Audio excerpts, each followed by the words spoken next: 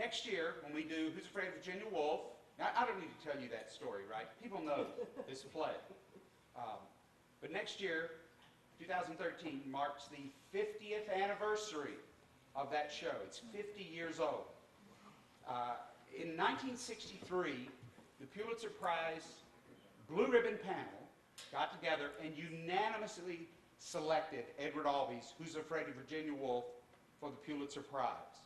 He was a young playwright. He's 84 now. Young playwright. He had done mostly off-Broadway shows and had had some minor success. And then he was like discovered because of this tremendous production. And they brought the recommendation to the board at Columbia University that administers the Pulitzer Prizes, and they said, no way in hell are we giving a Pulitzer Prize to such a vulgar play.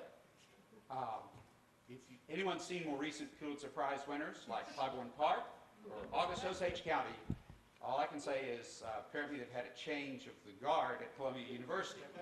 But since then, Mr. Albee went on to win 3 Pulitzer Prizes and 2 other times was a finalist for the prize. So they've sort of gotten over that. But the play still has the ability to engage us. Maybe it doesn't shock us the way it did, and a lot of us know about it from the wonderful Mike Nichols film with Burton and Taylor, and probably, I think, Elizabeth Taylor at her best on screen, and winning her 2nd Academy Award for that. The thing that people, well, one more story about it, and then I'll lead into my 2 wonderful performers. But one of those stories, and there are a lot of them that surround this play because it is so famous, was the title. Why is it called Who's Afraid of Virginia Woolf? Because there's no character, Virginia Woolf. The novelist is never mentioned. And one of the stories, apocryphal or not, I do not know, was that Mr. Albee wanted to call the play Who's Afraid of the Big Bad Wolf?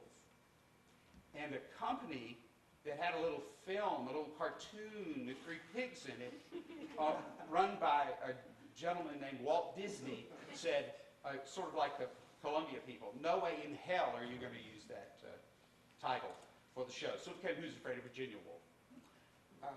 When I was at Putnam County Spelling Bee on Sunday, the curtain speaker introduced the season, and hey, it's a great show, so don't miss it if you haven't seen it. And when they got to Who's Afraid of Virginia, they said The Foreigner, wonderful comedy, which it is, and then they said, and Who's Afraid of Virginia Woolf, which is definitely not a comedy. Well, that's not true.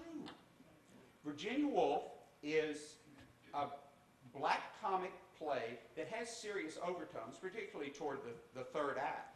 But it is first and foremost a comedy showing people and their foibles, showing a marriage in trouble, and then a second set of a couple with their marriage as we go through the play, obviously in trouble as well.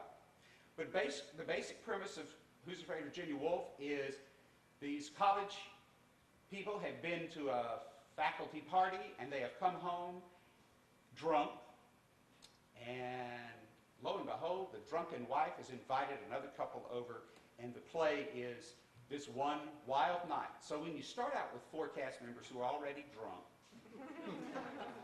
you know you're not going to go along, things aren't going to go too well.